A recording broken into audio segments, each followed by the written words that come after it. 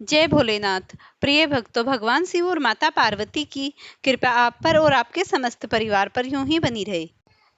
श्रावण मास की 15वीं तिथि को भगवान शिव ने माता पार्वती को एक गूढ़ रहस्य सुनाया, जिसमें उन्होंने बताया कि कैसे मनुष्य अपने कर्मों के जाल में उलझ जाता है और कैसे सच्चा भक्ति भाव ही उसे मुक्ति की ओर ले जाता है। इस कथा का नाम है कर्म और मोक्ष का रहस्य।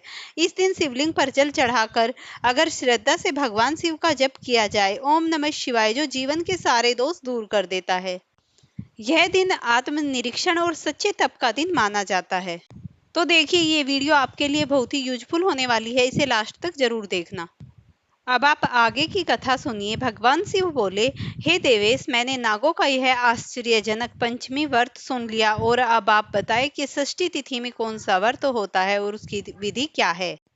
तब भगवान शिव बोले, हे विपेंद्र, श्रावण मास के शुक्ल पक्ष में षष्ठी तिथि को महामृत्युंजय का नाश करने वाला सुपोत्रोदन नामक शुभ व्रत को करना चाहिए। शिवालय में अथवा घर में ही प्रसन्नता पूर्वक शिव को पूजन करके सोपोत्रोदन का नैवेद्य उन्हें विधि पूर्वक अर्पण करना चाहिए। इस व्रत के साधन में ओम का लवण मिलाकर शाक और अनेक पदार्थों के नैवेद्य अर्पित करे, साथ ही ब्राह्मणों को वायन प्रदान करे।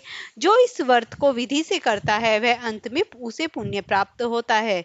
इस प्रकरण में लोग एक प्राचीन कहानी सुनाते हैं जो इस प्रकार है। प्राचीन समय में रोहित नाम का एक राजा था। काफी समय बीतने के बाद भी उसे पुत्र प्राप्ति नहीं हुई। तब पुत्र की अभिलाषा में उस राजा ने अत्यंत कठोर तप किया। ब्रह्मा जी ने राजा से कहा, तुम्हारे पारबंध में पुत्र नहीं है। तब भी पुत्र की लालसा में वह राजा अपनी तपस्या भी जया भी प्रज्वलित नहीं हुआ। इसके बाद राजा तपस्या करते करते संकटग्रस्त हो गया।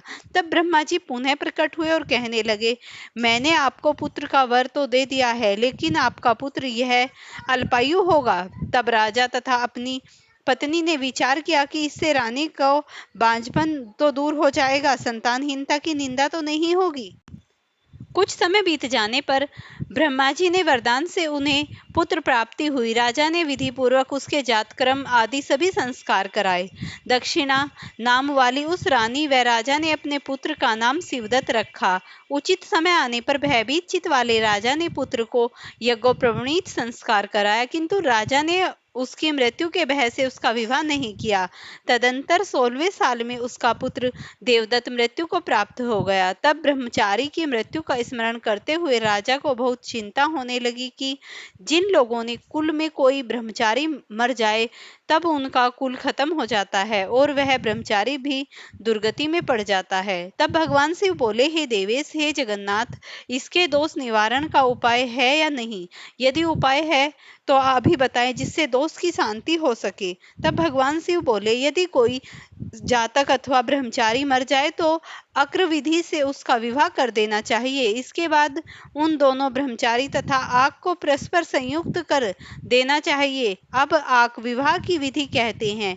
मृतक का गोत्र नाम आदि लेकर देश काल का उच्चारण करके कर्ता कहे कि मैं मृत ब्रह्मचारी के दोष निवारण हेतु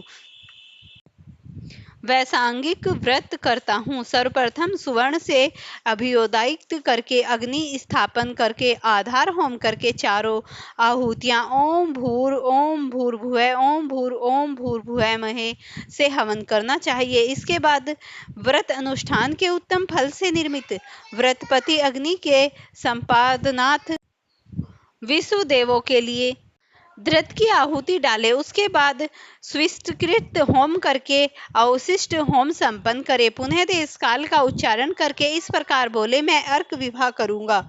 उसके बाद सुवर्ण से अभ्युदायिक कृत्य करके अर्क शाखा तथा मृतक की देह को तेल तथा हल्दी से लिप्त करके पीले सूत में वेष्टित करे और पीले रंग के 2 वस्त्रों से उन्हें ढक दे। इसके बाद अग्नि स्थापन करे और विवाह विधि में प्रयुक्त योजक नामक अग्नि में आघार होम करे व अग्नि के लिए आज्य होम करे। उसके बाद चारों आहुतियों से ओम भूर महे बृहस्पति तथा कामदेव के लिए आहुति प्रदान करे। पुनः धृत से स्वत्कृत होम करके संपूर्ण हवन कर्म समाप्त करे। उसके बाद आग की डाली तथा मृत के शव को विधि पूर्वक जला दे। मृतक अथवा म्रियमाण के निमित्त 6 वर्ष तक इस व्रत का अनुष्ठान करना चाहिए।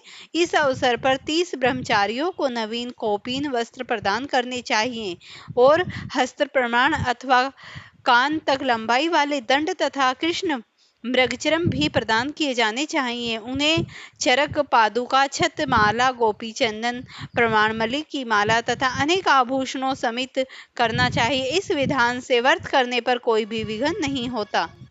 फिर भगवान शिव बोले, ब्राह्मणों से यह सुनकर राजा ने मन में विचार किया कि यह अर्क विवाह तो मुझे गौण प्रतीत होता है, मुख्य नहीं, क्योंकि कोई भी व्यक्ति मरे हुए को अपनी कन्या नहीं देता। मैं राजा हूँ, अतः मैं उस व्यक्ति को अनेक रत्न तथा धन दूंगा जो कोई भी इसकी वधू के रूप में अपनी कन्या प्रदान करेगा। उस नगर में एक ब्राह्मण था। उस ब्राह्मण किसी दूसरे नगर में गया हुआ था। उसकी एक सुंदर पुत्री थी जिसकी मृत्यु की पहले ही उसी ब्राह्मण के दूसरी पत्नी भी थी, जो ब्राह्मण की पुत्री के प्रति बुरे विचार रखती थी तथा दुष्ट मन वाली थी। कन्या 10 वर्ष की तथा दीन थी और अपनी सौतेली माता के अधीन थी। अतः सौतेली माता ने द्वेष तथा अत्यधिक धन के लालच में 1 लाख मुद्रा लेकर उस कन्या को मृतक राजकुमार के साथ कर दिया। कन्या को लेकर राजा के लोग नदी के तट पर शमशान भूमि में राजकुमार के पास ले गए और शव के साथ उसका विवाह कर दिया। इसके बाद विधान पूर्वक शव के साथ कन्या का योग करके जब वे जलाने की तैयारी करने लगे, तब उस कन्या ने पूछा, हे सज्जनों, आप लोग यह क्या कर रहे हो? तब वे दुखित मन से कहने लगे कि हम लोग तुम्हारे इस पति को जला रहे हैं। इस पर भयभीत होकर बाल स्वभाव के कारण रोती हुई उस कन्या ने कहा, आप लोग मेरे पति को क्यों जला रहे हो? मैं जलने नहीं दूंगी। आप लोग सभी यहाँ से चले जाइए, मैं अकेली ही यहाँ बैठी रहूंगी और जब ये उठेंगे तब मैं अपने पति देव के साथ चली जाऊंगी। उस कन्या की ऐसी हट देखकर कुछ दीनचित वाले भाग्यवादी वृद्धजन कहने लगे, ओहो, होनहार भी क्या होता है, इसे कोई भी नहीं जान सकता। दीनों की रक्षा करने वाले तथा कृपालु भगवान जाने क्या करेंगे। सौत की पुत्री का भाव रखने के कारण सौतेली माता ने इस कन्या को बेचा है। अतः संभव है कि भगवान इसके रक्षक हो जाएं। अतः हम लोग इस कन्या को वे इस शव को नहीं जला सकते। इसीलिए सभी को अच्छा लगे तो हम लोगों को यहाँ से चले जाना चाहिए। परस्पर ऐसा निश्चय करके वे सब अपने नगर को चले गए।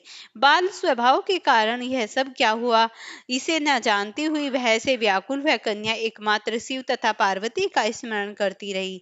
उस कन्या ने स्मरण करने से सब कुछ जानने वाले तथा दया के पूर्ण हृदय वाले शिव पार्वती शीघ्र ही वहां आ गए। नंदी पर विराजमान उन तेज निधान शिव पार्वती को देखकर उन देवों का न जानती हुई भी उस कन्या ने पृथ्वी पर दंड की भांति पड़कर प्रणाम किया। तब उसे आश्वासन प्राप्त हुआ कि पति से तुम्हारे मिलने का समय आ गया है। तब कन्या ने कहा, मेरे पति अब जीवित नहीं होंगे। उसके बाल स्वभाव से प्रसन्न तथा दया से परिपूर्ण शिव पार्वती ने कहा कि तुम्हारी माता ने सुपोदन नामक व्रत किया था। उस व्रत का फल संकल्प करके तुम अपने पति को प्रदान करो।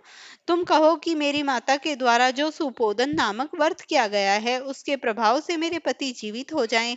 तब कन्या ने वैसा ही किया और उसके परिणाम स्वरूप शिवदत्त जीवित हो उठ खड़ा हो गया। उस कन्या को व्रत का उपदेश देकर शिव तथा पार्वती अंतर्धान हो गए। तब शिवदत्त ने उस कन्या से पूछा, तुम कौन हो और यहाँ क्या कर रही हो? तब उस कन्या ने उसे सारा वृतांत सुनाया और रात हो गई। प्रातः होने पर नदी के तट पर गए लोगों ने राजा को वापस आकर कहा कि हे राजन, आपका पुत्र व पुत्रवधू नदी के तट पर स्थित हैं। विश्वस्त लोगों से यह बात सुनकर राजा बहुत खुश हुआ। वह हर्ष भरी बजवाते हुए नदी के तट पर गया। सभी लोग प्रसन्न होकर राजा की प्रशंसा करने लगे। तब वह, हे राजन, मृत्यु के घर गया हुआ आपका पुत्र पुनः लौट आया है।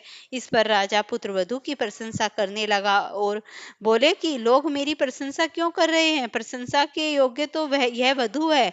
मैं तो भाग्यहीन तथा अधर्म हूँ। धन्य और सौभाग्यशालीन तो यह पुत्रवधू है, क्योंकि इसी के पुण्य प्रभाव से मेरा पुत्र जीवित हुआ है। इस प्रकार अपनी पुत्रवधू की प्रशंसा करके राजा ने दान तथा सम्मान के साथ श्रेष्ठ ब्राह्मणों का पूजन किया और उन्हें ग्राम से बाहर ले जाकर मृत व्यक्ति के पुनः ग्राम में प्रवेश कराने से संबंधित शांति की विधि को ब्राह्मणों के निर्देश पर विधि पूर्वक संपन्न कराया है। वत्स, इस प्रकार मैंने आपसे यह सुबोधन नामक व्रत कहा। इसे 5 व्रत करने के अनंतर उद्यापन करना चाहिए। पार्वती तथा शिव की प्रतिमा का प्रतिदिन पूजन करना चाहिए और प्रातःकाल आम के पल्लवों के साथ चारू का होम करना चाहिए। साथ ही नैवेद्य वायन अर्पित करना चाहिए। मनुष्य यदि इस व्रत को बताई गई विधि के अनुसार करता है तो वह दीर्घजीवी पुत्र प्राप्त करके मृत्यु के बाद शिवलोक को जाता है।